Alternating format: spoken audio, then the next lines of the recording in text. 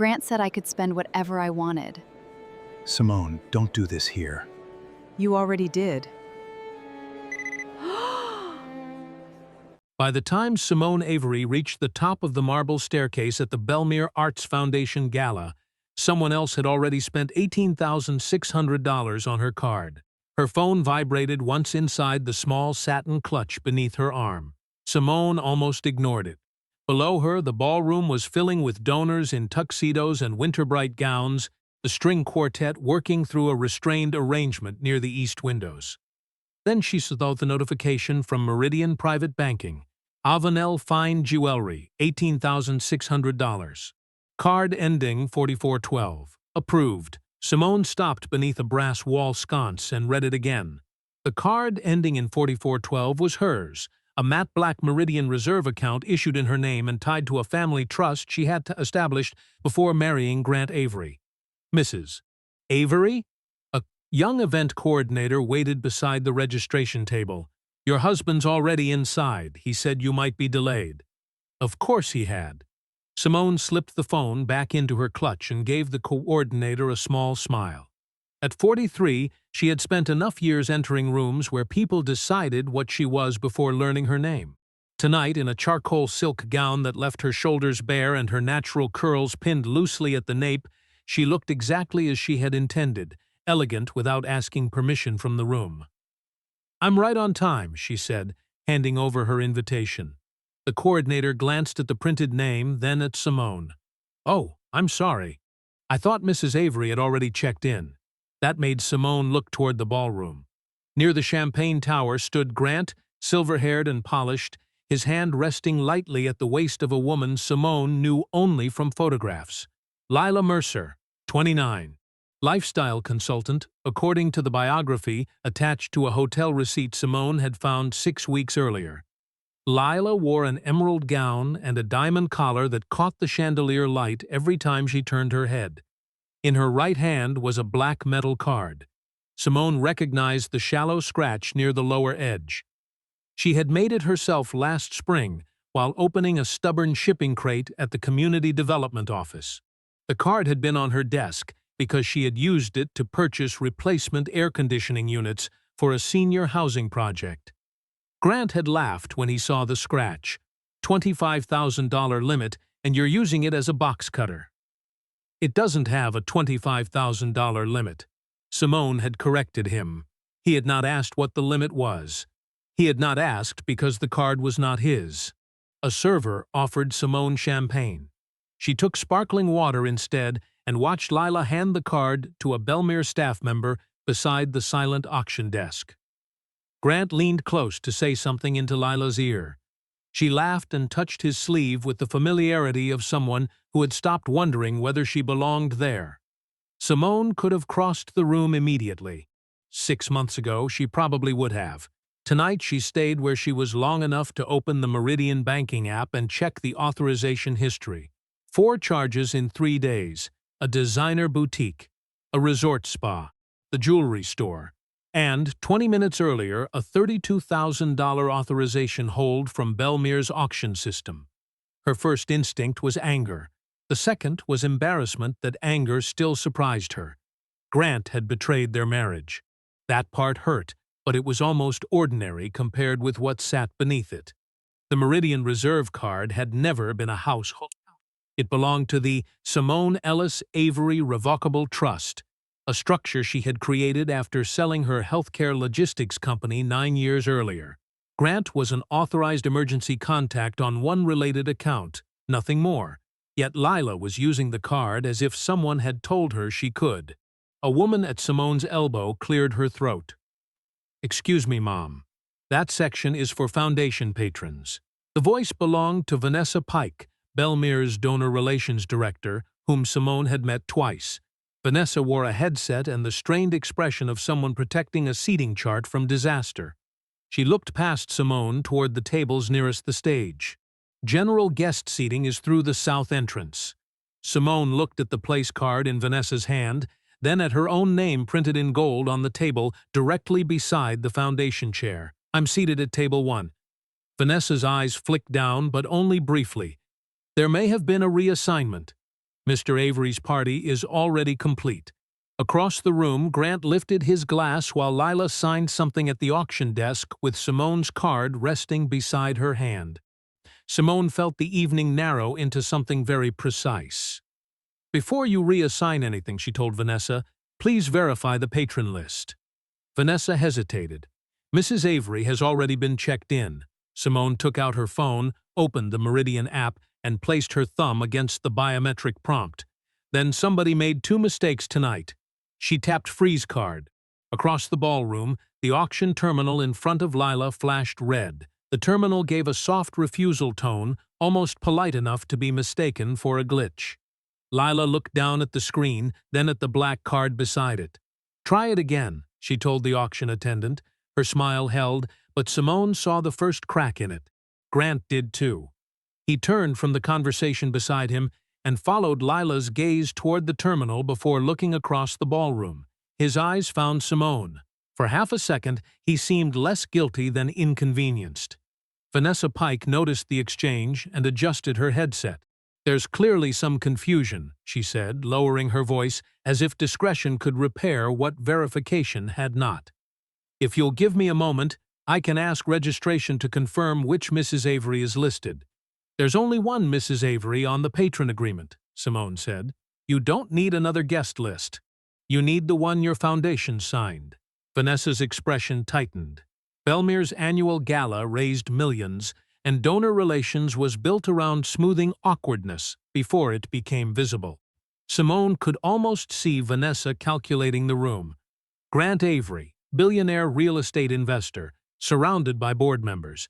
A black woman standing beside the staircase insisting the evening had been organized around her name, and a younger white woman already wearing the assumption of belonging. The easiest story had arrived before the facts.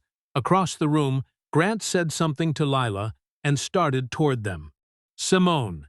He kept his voice warm enough for nearby donors. "I thought you weren't coming." "You told them that? I said you might be delayed." "That isn't what I asked." He glanced at Vanessa.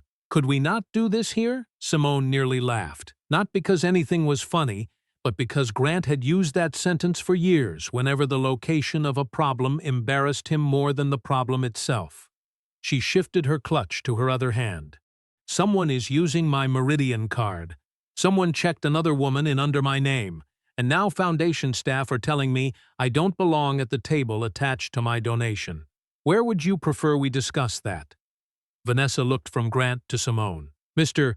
Avery, is there a duplicate card holder?" "No," Simone answered. Grant's mouth flattened. "It's more complicated than that." That was the first useful thing he had said. Lila had followed him across the room. Up close, the diamond collar at her throat looked less like jewelry Simone would ever choose and more like something selected to photograph well. She held the frozen card between 2 fingers. Grant said it was a household account. Simone looked at her, then at him. "Did he?" Lila's confidence returned just enough to become defensive. "He told me I was authorized. I didn't steal anything. I didn't say you did." Grant stepped closer. "Simone, I gave her the card. If there's an issue, it's with me." There were several possible answers. The sharpest arrived first, and Simone almost used it. Instead, she asked, "How did you get it?" Grant's silence lasted too long. The scratched Meridian card had been in the locked drawer of Simone's home office 3 days earlier. She remembered because she had placed it beneath a folder containing grant approvals for the East Briar senior housing renovation. Grant knew the alarm code to the house. He did not know the drawer code. At least, she had believed he didn't. Lila glanced between them. "He said you'd stopped using it." Simone turned to Vanessa. "Please ask your auction team to preserve the authorization record from tonight, including the bidder registration attached to that card. Don't cancel or edit anything." Vanessa blinked. "I'm not sure I have authority to release financial information. I didn't ask you to release it. I asked you not to destroy it." The distinction seemed to reach her. She touched her headset and quietly requested the foundation's finance manager at the registration desk. Grant exhaled. "You're making this bigger than it needs to be." Simone finally looked directly at him. 10 years of marriage had taught her the tiny movements in his face, the lift at one corner of his mouth when he was bluffing, the quick blink when a number worried him. Neither appeared now. What she saw instead was fear. Not of the affair, of the account. Her phone vibrated again. Meridian had acknowledged freeze and flagged the recent transactions for cardholder review. Beneath the alert was a second notification Simone had not requested. Digital wallet token did 3 days ago from new dives. She read it twice. Freezing the physical card had stopped the Gala purchase. It had not answered how someone had added it to another device. Simone opened the token details and saw the authentication method. Trustee credential. Only 2 people had ever been issued one. She was one of them. The trustee credential belonged to Simone's longtime attorney, David Ross. For 3 seconds, the ballroom disappeared behind the line of text on her phone. David had helped establish the trust after the sale of her company, had reviewed every amendment since, and had once driven across town on a Sunday because Simone had accidentally signed a transfer instruction in the wrong place. He was cautious to the point of irritation. The idea that he had authorized a new wallet for Grant made no sense. Grant watched her face. "What is it?" "Nothing you need to explain yet." That unsettled him more than an accusation would have.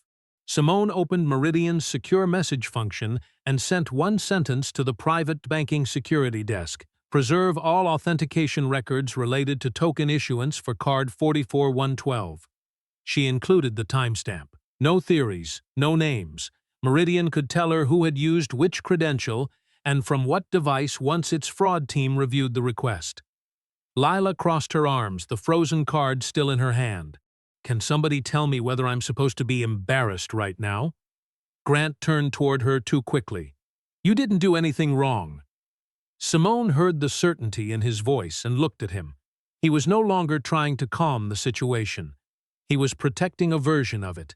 The Foundation finance manager arrived with a tablet tucked against his ribs. His name badge read Marcus Fields.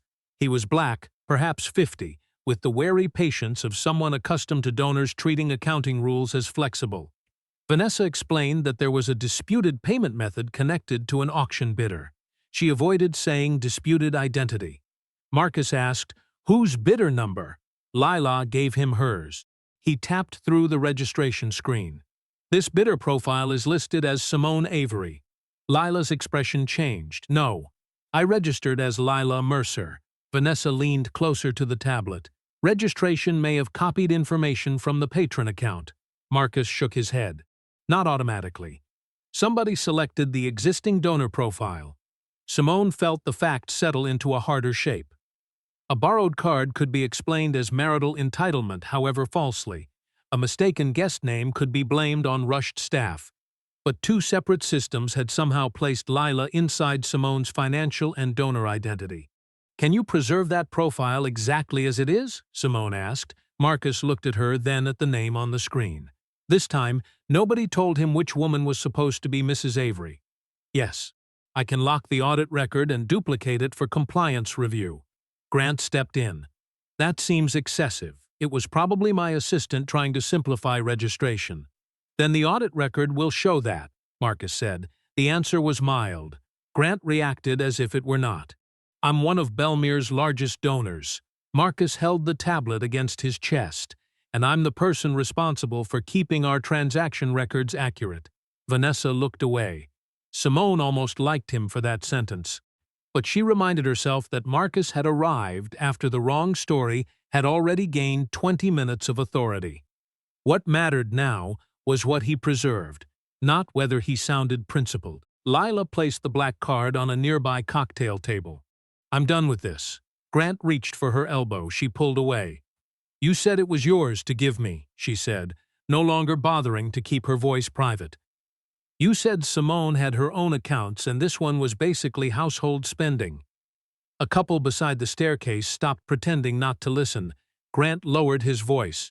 "Lila, no." She looked towards Simone, then back at him. "You entered my registration too, didn't you?" Simone had not considered that. "Did he?" Lila swallowed. "He sent me the Gala confirmation from his phone. I clicked the link. My name was there when I filled out the dietary section. I never saw yours." Marcus was already checking the registration history. The bidder profile was edited yesterday afternoon.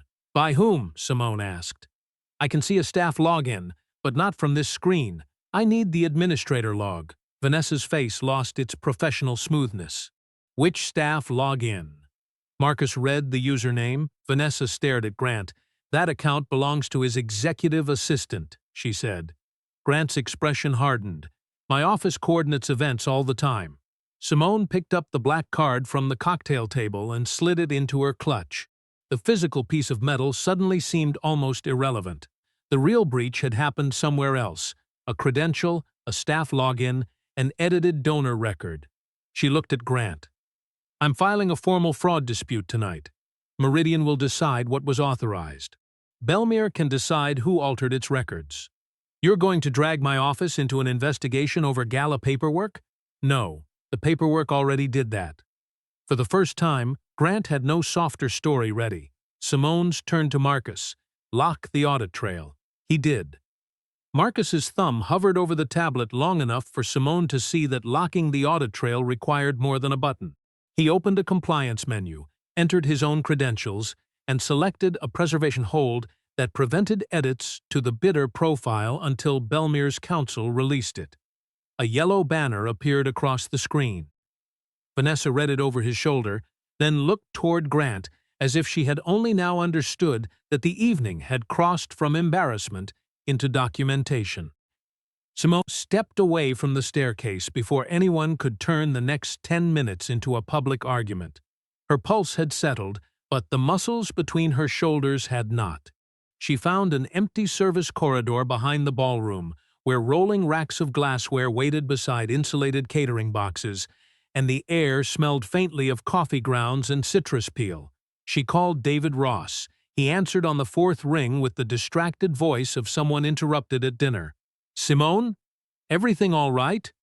I need you to tell me whether you approved a Meridian wallet token 3 days ago. Silence, then the scrape of a chair. No. Check, before you answer. I don't need to check that. His certainty should have relieved her. Instead, it made the security notice worse. Simone pressed 2 fingers against the bridge of her nose. The bank says a trustee credential authenticated it. David's voice changed. Mine? It doesn't identify which one in the alert. There shouldn't be another active trustee credential. That sentence caught her. Shouldn't? David exhaled. Years earlier, when Simone's company sale had closed, the trust had named her older sister, Denise, as temporary successor trustee during a medical leave Simone never ended up needing. Denise had resigned from the role 2 years later. David explained that Meridian should have revoked the related credential during the trust update, but he could not confirm from memory whether the bank's internal access token had been formally retired. Simone leaned against a stainless steel prep table. She had been so focused on Grant that she had missed a possibility she did not like. This might not be a clean theft with one obvious culprit. It might include an old administrative weakness in her own financial structure. Send me the resignation documents, she said. I will. But don't start accusing anyone based on an alert. We need the token ID and issuance log. I know, you sound like you're about to ignore that advice. She almost told him she was not. Instead, she looked through the narrow service door window and saw Grant speaking urgently with Vanessa near the ballroom entrance. I already froze the card and requested preservation. That part is fine. What are you planning next? Simone did not answer quickly enough. David gave a tired sigh. Simone, I'm confronting Grant. You already did. I mean properly. No, you're angry, and you have enough information to know something is wrong but not enough to know how it happened. Go home. Let the bank preserve the authentication trail. The advice irritated her because it was sensible. 6 weeks of watching Grant deny, deflect, and rearrange facts had stripped her patience thinner than she wanted to admit. If I leave, he starts calling people. He already will. Simone ended the call with less grace than she intended. When she returned to the ballroom, Lila was gone. Grant stood alone beside table 1, speaking into his phone. Simone crossed directly toward him before David's warning could regain its weight. Who else had access to my office? Grant lowered the phone. What? My locked drawer. A flicker passed across his face. You're serious? You gave Lila the card. That means you either took it yourself or someone gave it to you. I found it in the study. That's not where I left it. Grant looked around at the nearby tables. Can we stop performing this for strangers? Simone heard herself answer too fast. Then stop lying where strangers can hear you. It was not the sentence she would have chosen an hour earlier. Grant's eyes hardened, and Simone immediately understood the mistake. She had given him the angry scene he needed, small as it was. Two guests had turned toward them. Vanessa had too. Grant lowered his voice. You see? This is exactly why I tried to handle tonight quietly. Before Simone could respond, Marcus approached with a printed sheet folded once in his hand. He did not look comfortable. The administrator log came back, he said. Mr. Avery's assistant did edit the donor profile yesterday. But there's another issue. He unfolded the page and pointed to the access history. The assistant's login had not originated from Grant's office. It had come from a Billionaire workstation. Vanessa stared at the terminal ID. That station is in donor relations, she said. Marcus nodded, and the account was used twice last month to alter other patron records. Simone forgot the argument with Grant. What kind of alterations? Marcus looked at Vanessa before answering. Payment ownership. Guest names. Preferred donor status. The black card was no longer the whole story. Marcus did not hand Simone the page. He held it where she could read without disturbing the preservation chain, one finger resting beneath the terminal ID. Billionaire's donor relations workstation had been used at 4:12 the previous afternoon under the credentials of Grant's executive assistant, Claire Nolan. The same terminal had accessed two other donor profiles in July. Neither belonged to Grant. One had changed the billing name attached to a pledge. The other had elevated a guest into a patron seating tier she had not purchased. Vanessa's face went still in a way Simone had not seen all evening. That workstation is behind a locked door. Who has access? Simone asked. Donor relations staff. Finance supervisors' facilities can enter if they're escorted. Vanessa looked at Marcus, and executives during event setup if somebody badges them in. Grant gave a small, impatient shake of his head. This is ridiculous. Claire probably came by to fix the seating information. Then Claire can say that, Marcus replied. But if she used somebody else's workstation while authenticated under her own account, there should be badge history. Simone felt the temptation to seize the explanation before it was ready. Grant had already lied about the card. His assistant's login had touched her donor profile. It would have been easy to decide the rest. David's warning returned with irritating clarity. Enough information to know something was wrong. Not enough to know how it happened. She forced herself to ask the narrower question. Can Billionaire preserve the badge records and workstation logs tonight? Marcus nodded. I can request it. Facilities controls the badge system. Vanessa finally seemed to recover some of her professional instinct. She removed the headset from one ear and spoke more quietly. I'm going to put the donor relations terminal out of service until council reviews this. No one touches it. Then she looked directly at Simone. And I owe you an apology for what happened at registration. Grant made an incredulous sound. Vanessa, don't start admitting liability in the middle of a ballroom. Her head turned toward him. I'm admitting that I told the wrong woman she did not belong at a table before I checked the patron agreement.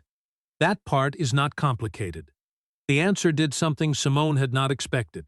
It did not make the humiliation smaller, but it separated one wrong from the larger machinery around it.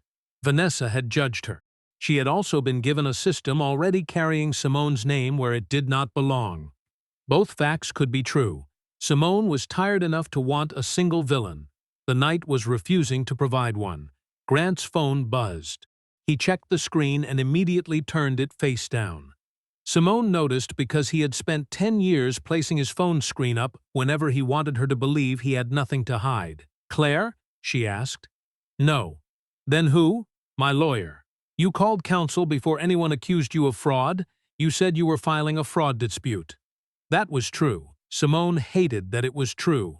Marcus's tablet chimed with a response from facilities. He read it once, then again. Badge history is available. Yesterday, the donor relations office was opened at 3:58 by Vanessa's badge. Vanessa stared at him. I was at the florist warehouse until 5. You may have loaned your badge? I don't loan my badge. Her answer came too quickly to be rehearsed. She reached instinctively toward the lanyard at her waist and found the plastic access card there. I had this with me all day. Grant looked almost relieved. So now we're accusing Vanessa? No, Simone said. We're finding out whether a badge number was cloned, copied into the system, or logged incorrectly. Marcus gave her a brief look of approval, though she had not said it for him. Years running logistics had taught her that systems failed in boring ways long before they failed dramatically. A copied credential, an orphaned permission, a staff account nobody had disabled. What looked like conspiracy from a ballroom could still be negligence wearing expensive clothes. Her phone vibrated again. This time the message came from Meridian's fraud desk, marked urgent. They had identified the trustee credential used to create the digital wallet token. It was not David Ross's current credential. It was the retired credential once assigned to Denise Ellis. Simone read the message until the letters blurred slightly. Her sister had resigned as successor trustee 7 years ago. She lived in Baltimore, taught middle school science, and had never once attended a Billionaire Gala. Grant watched her. What? Simone locked the screen. The bank found the credential. Whose? She looked at him, then at the ballroom full of people who had spent the last hour deciding what they thought they understood. My sister's old one. For the first time that evening, Grant looked genuinely confused, and Simone believed him. That frightened her more than another lie would have. Simone stepped away from Grant before he could ask another question. Denise's retired trustee credential was not proof that Denise had done anything, and Simone knew enough about old financial systems to understand how dangerous abandoned permissions could become. What bothered her was the timing. The credential had slept for 7 years, then resurfaced 3 days before the gala, just as her physical card left a locked drawer and her donor identity began changing inside Bellmere. Marcus led Simone and Vanessa into a small finance office behind the ballroom, where the bass from the string quartet came through the wall as a dull vibration. A desktop monitor displayed the preserved donor log. Vanessa stood with her arms folded tightly, while Marcus opened Bellmere's access report. Grant remained in the doorway until Simone turned toward him. If you stay, you don't touch anything, and you don't call Claire while we're checking timestamps. She works for me. That's why. Grant's mouth tightened, but he put his phone on the desk face up. Simone knew the gesture was partly theater. She accepted it anyway. Marcus compared the donor profile edit with the badge entry. Vanessa's credential had opened the office 14 minutes before Claire Nolan's account logged into the workstation, but the security system showed something else. Vanessa's badge had also opened the freight entrance across town at Bellmere's storage facility 9 minutes later. 2 doors, nearly 6 miles apart, using the same credential. Vanessa leaned toward the screen. That's impossible. Not impossible, Marcus said. Just not normal. He called Bellmere's security supervisor and requested a credential integrity review rather than an accusation against Vanessa. The distinction mattered. Within 15 minutes, the supervisor confirmed that Bellmere still used an older badge format for several administrative employees. Those cards could not simply be copied with a photograph and a printer, but a compromised credential number could be written onto another compatible card if someone had physical access to the system. Simone thought of the gala setup crews, contractors, temporary event staff, assistants moving through offices with flower invoices and seating folders. The circle had widened, but not helpfully. Her phone rang before she could decide what to ask next. Meridian Fraud Services. The investigator introduced herself as Nina Patel and asked Simone to verify the last legitimate transaction on card 4412. Simone answered.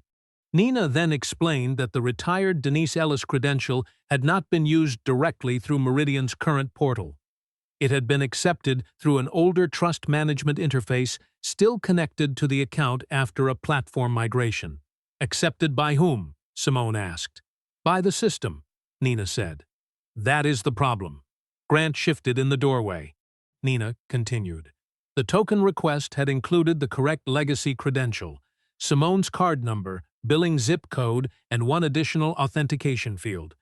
The last 4 digits of the trust's tax identification number. That information was not printed on the card. It was not stored in Simone's desk.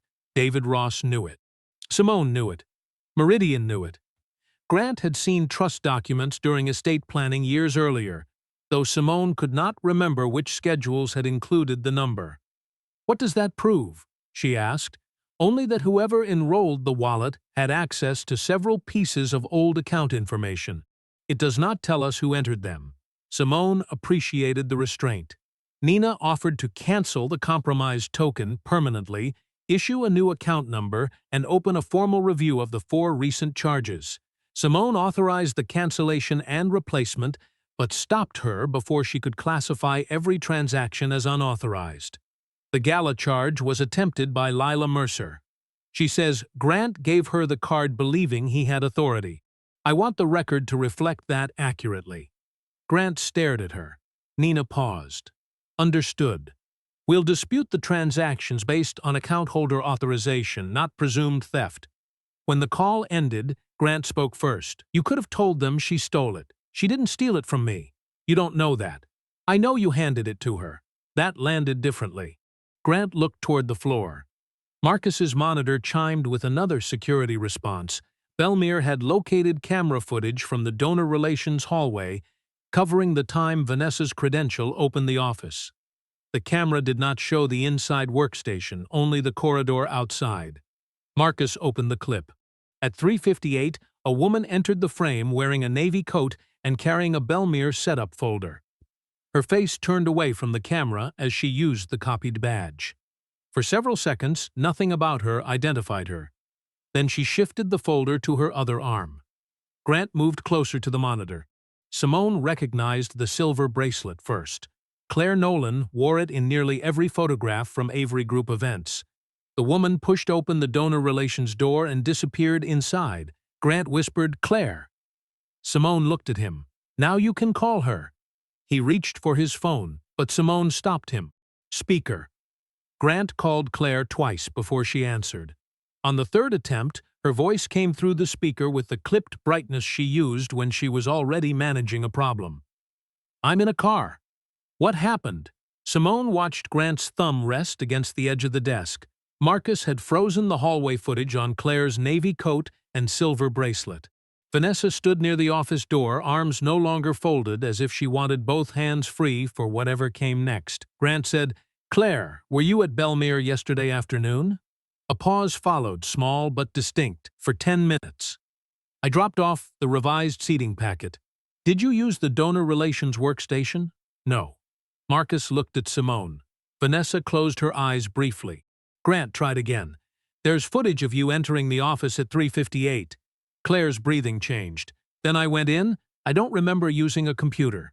Simone leaned toward the phone. "Did you edit my donor profile?" Another pause.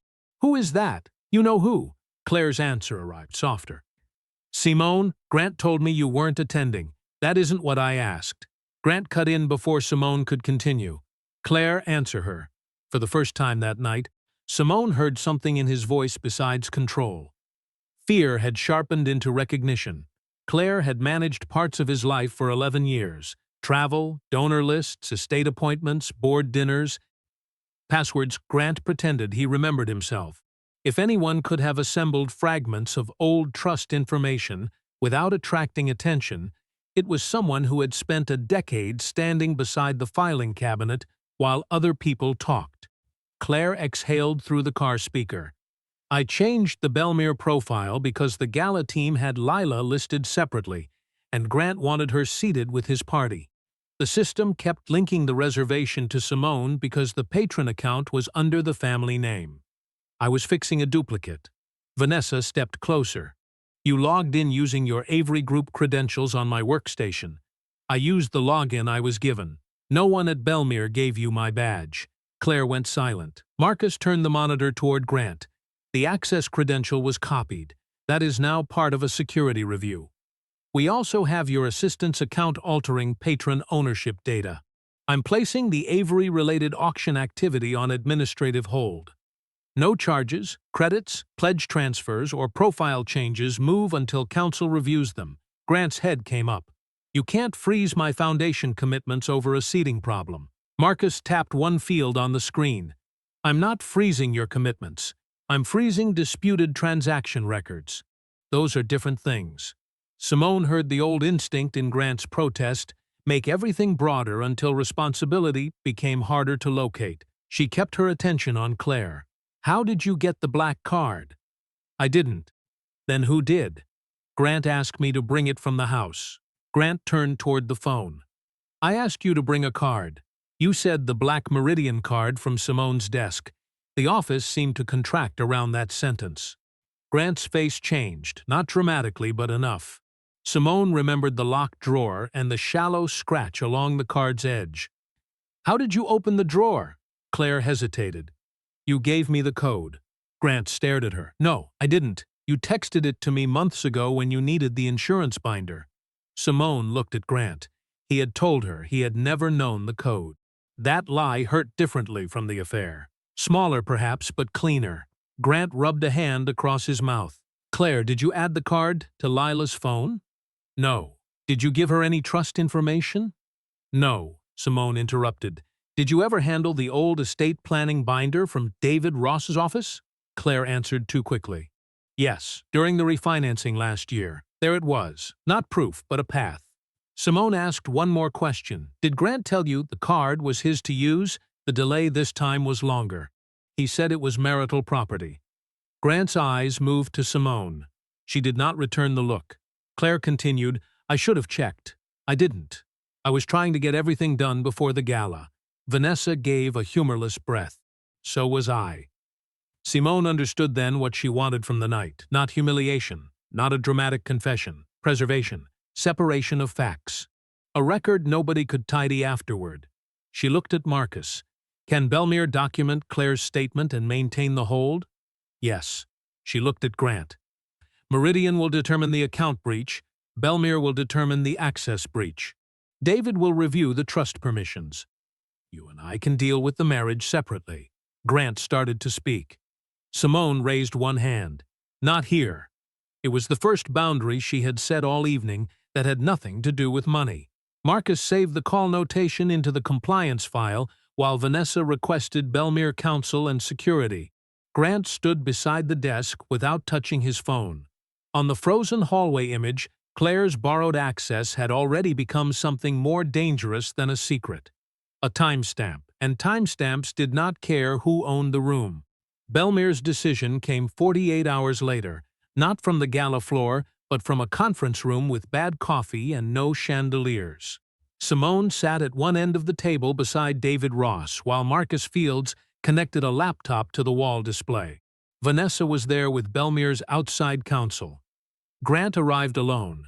Claire did not attend. Her attorney had submitted a written statement instead, and Avery Group had placed her on paid administrative leave pending its own review. Simone noticed the phrasing because it was precise. Not fired, not cleared. Removed from access while facts were checked. Marcus began with the narrowest finding. Billionaire had confirmed that Claire used a cloned version of Vanessa Pike's badge to enter donor relations.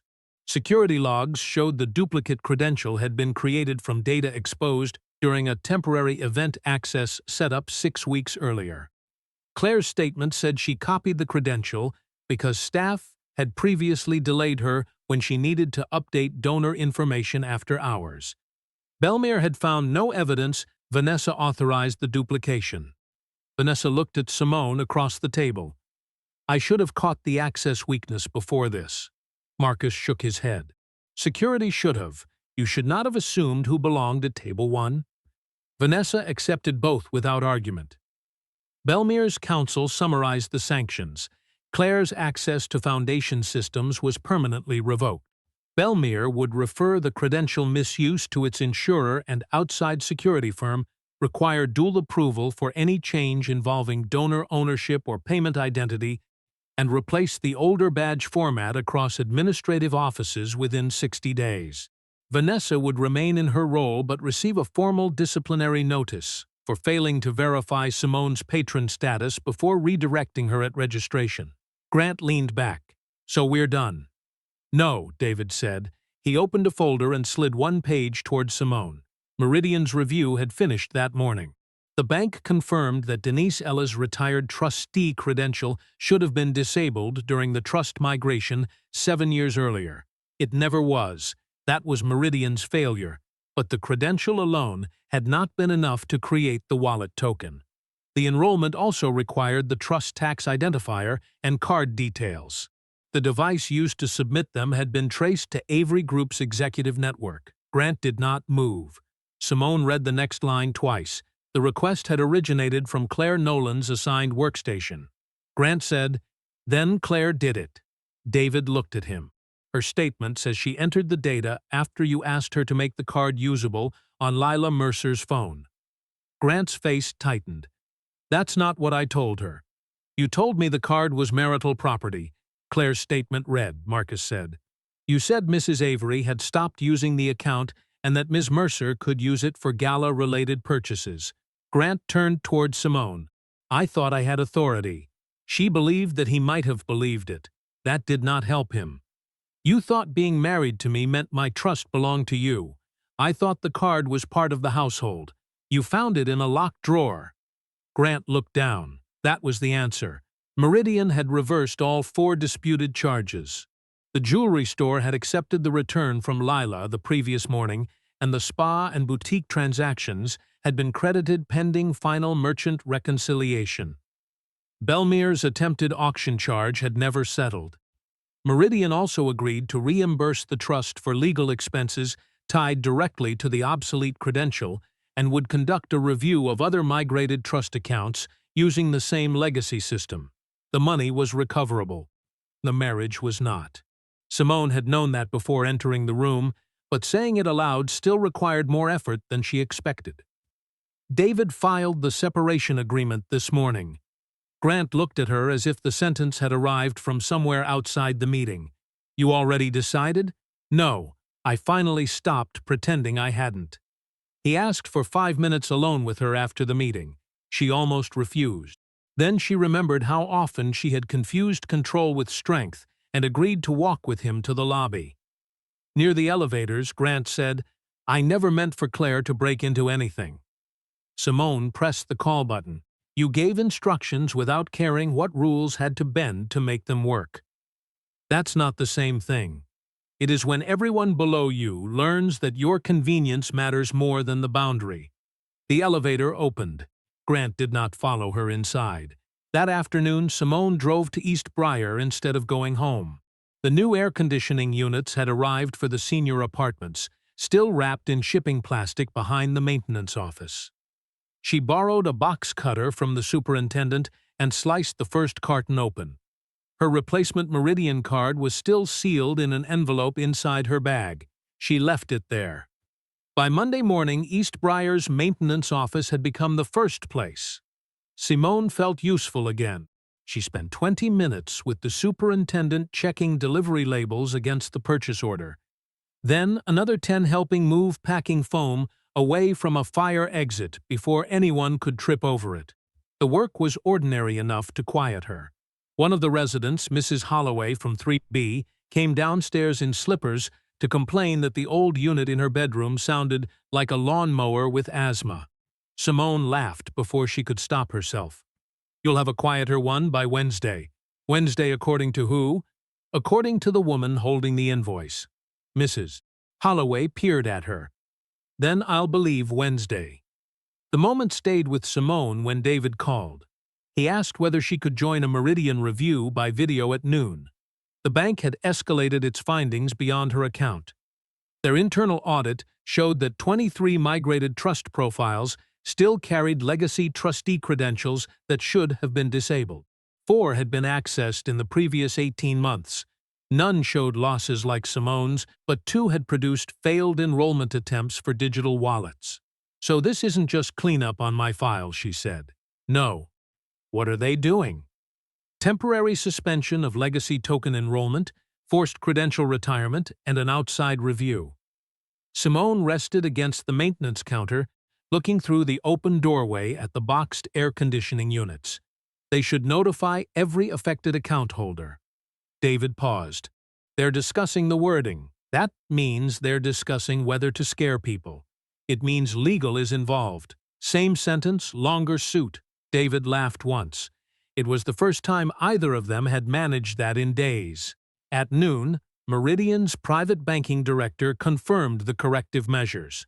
The bank would reimburse Simone's verified expenses, replace all compromised account credentials, and send direct notices to customers whose trust profiles retained obsolete access. The director initially proposed limiting the notice to accounts with confirmed unauthorized activity. Simone disagreed. If my old credential had never been used, I still would have wanted to know the door was unlocked. The director said they needed to distinguish exposure from fraud. Then distinguish it in the letter. Don't hide the exposure because fraud didn't happen yet. David glanced sideways at her on the screen. Simone knew that look. He was warning her not to turn a private dispute into a crusade before understanding the scope. 2 days earlier, she might have ignored him out of sheer momentum. This time she asked, "How many clients are affected by the credential issue alone?"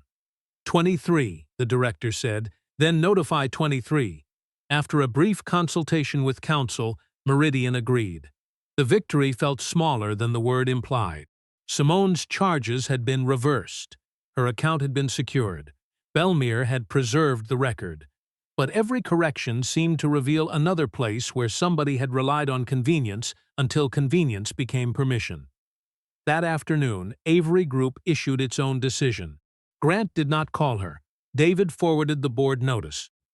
The company's audit committee had determined that Claire used company systems and confidential estate information outside normal business purpose while acting on Grant's personal instructions. She had admitted copying Billionaire access credentials and entering trust data to enroll Simone's card on Lila's device. Avery Group terminated her employment for credential misuse and unauthorized handling of private financial information. Grant retained his title as chairman. But the board stripped him of unilateral access to executive support staff for personal matters, required an independent review of administrative controls, and referred his conduct to the governance committee because he had directed an employee to use information he did not own. Simone read that paragraph twice. There would be no theatrical collapse of Grant's empire. No board throwing him into the street because his marriage had failed. His punishment belonged to the things he had actually done: abused access, blurred business and personal authority, and trained people around him to solve problems without asking whether the boundary was theirs to cross. Billionaire made its own first visible change that evening. Vanessa emailed Simone a photograph of the registration desk for an upcoming donor event. 2 columns had been added to the check-in screen: Verify Patron and Aufvours Gast. Staff could no longer overwrite one with the other without a supervisor's approval. Under the photo, Vanessa had written only, "We should have had this already." Simone did not answer immediately. She was in her kitchen with the replacement Meridian envelope lying unopened beside a bowl of peaches. Grant's side of the closet upstairs was half empty. The silence in the house felt unfamiliar but not clean. Nothing had become simple. She sliced a peach over the sink and let the juice run across her fingers. Then she opened Vanessa's message and typed back, "Now you do." The next Billionaire event was 6 weeks later, a smaller reception for neighborhood arts partners rather than major donors. Simone had not planned to attend. Vanessa's invitation sat unanswered in her inbox until Marcus called and asked whether she would come for 20 minutes, not as a guest of honor and not as a test case, but because the foundation wanted someone outside its staff to watch the new check-in process under real pressure. Simone nearly said no. Then she remembered Mrs. Holloway asking who had promised Wednesday and agreed to come on one condition: nobody announced why she was there. The registration desk looked different before she reached it.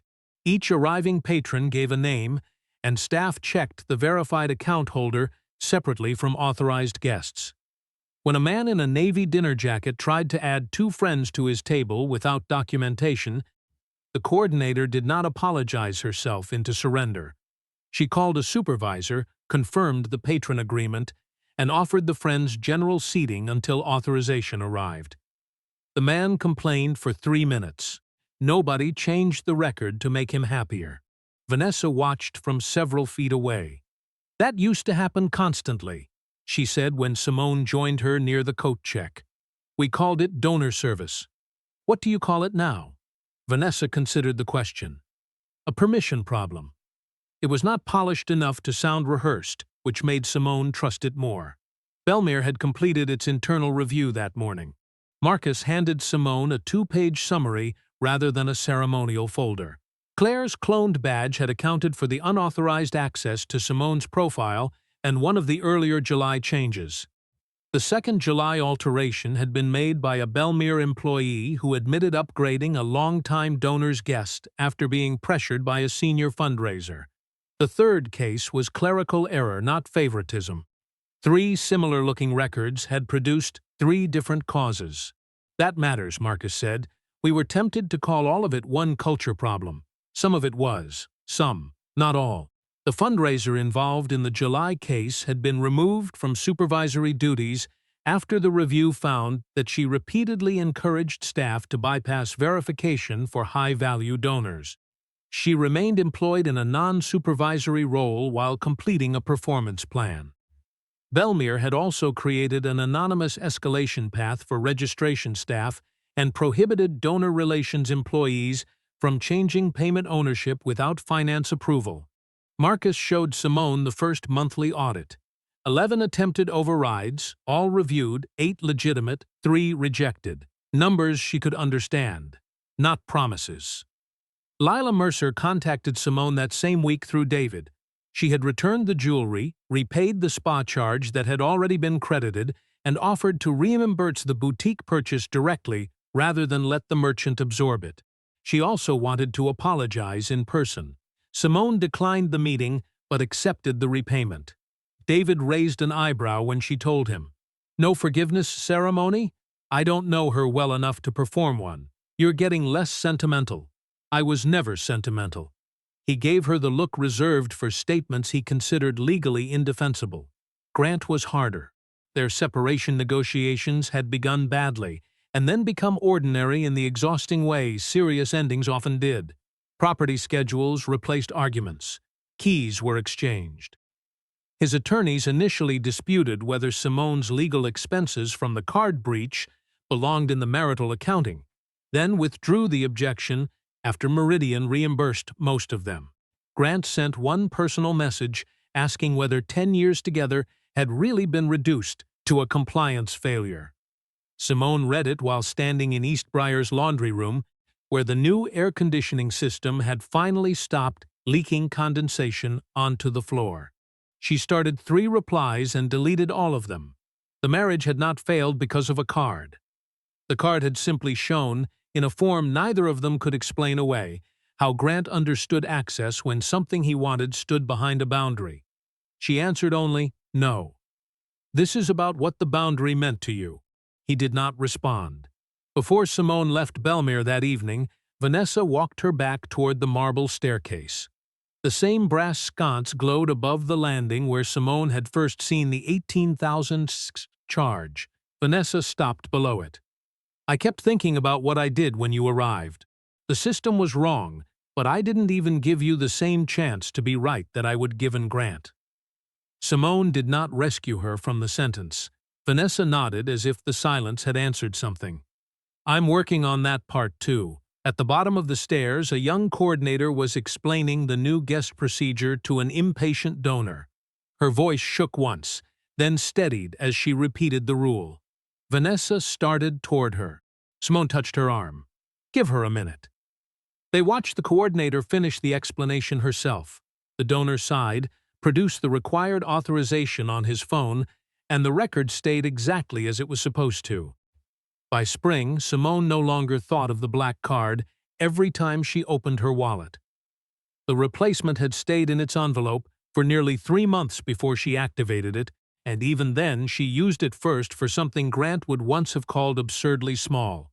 $214 in replacement thermostats for East Briar. Mrs. Holloway watched the superintendent stack the boxes in the maintenance office and asked whether Simone intended to keep paying for everything herself. Simone told her the housing fund would reimburse the expense by Friday. Mrs. Holloway folded her arms. According to who? Simone smiled. According to the woman who finally learned to keep the receipt. The separation became final in April. There was no courthouse spectacle, no last-minute plea from Grant, and no settlement large enough to make the ending feel cleaner than it was. They divided the property according to the agreement their attorneys had negotiated. Grant kept the lake house he loved more than he admitted. Simone kept the home she had purchased before their marriage, though she spent the first month after the decree moving furniture simply because she could.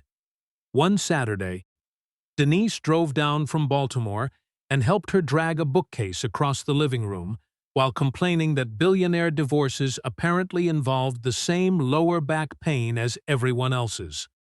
Meridian completed its outside review 2 weeks later. All 23 trust clients with obsolete credentials had been notified. No additional unauthorized losses were found, but the bank retired the legacy interface entirely and added a second verification requirement for changes involving trustee authority. Simone received written confirmation that her disputed transactions had been fully reversed and that her trust carried no unresolved liability from Lila's purchases. Meridian also reimbursed the legal costs attributable to its credential failure and published the migration control changes to affected private banking clients rather than burying them inside a general policy update. Bellmere's results were easier to see. 3 months of audit reports showed that staff had attempted 42 patron profile overrides. 31 were approved after documentation. 11 were rejected. Donor complaints initially increased, then dropped as patrons learned that expensive tables no longer purchased invisible exceptions. Vanessa remained Donor Relations Director, but Marcus now reviewed access exceptions independently. The coordinator Simone had watched at the second event was promoted to shift lead after reporting 2 senior donors who tried to pressure temporary staff into bypassing guest verification. Claire Nolan appealed her termination through Avery Group's internal process. The review upheld it. The committee found that Grant's instructions had contributed directly to the misuse, but Claire had independently chosen to clone Bellmere Access credentials and enter confidential information into a financial enrollment process she had no authority to perform. Avery Group's governance committee separately censured Grant, removed him from the internal technology risk committee, and required personal requests to executive staff to be documented outside company systems. He remained chairman. Simone thought that was appropriate, though not generous. Accountability did not require pretending every wrong had the same penalty. Grant sent her one final message after the decision. I understand now that I kept treating access like consent. Simone read it twice before locking her phone. Months earlier, she might have examined every word for proof of remorse. Now she simply believed that understanding something late did not create an obligation for her to return. At East Briar, the new cooling system survived its first heat wave without a single emergency shutdown.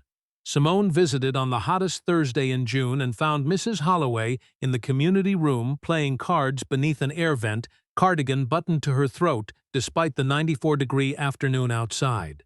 "You made it too cold," Mrs. Holloway complained.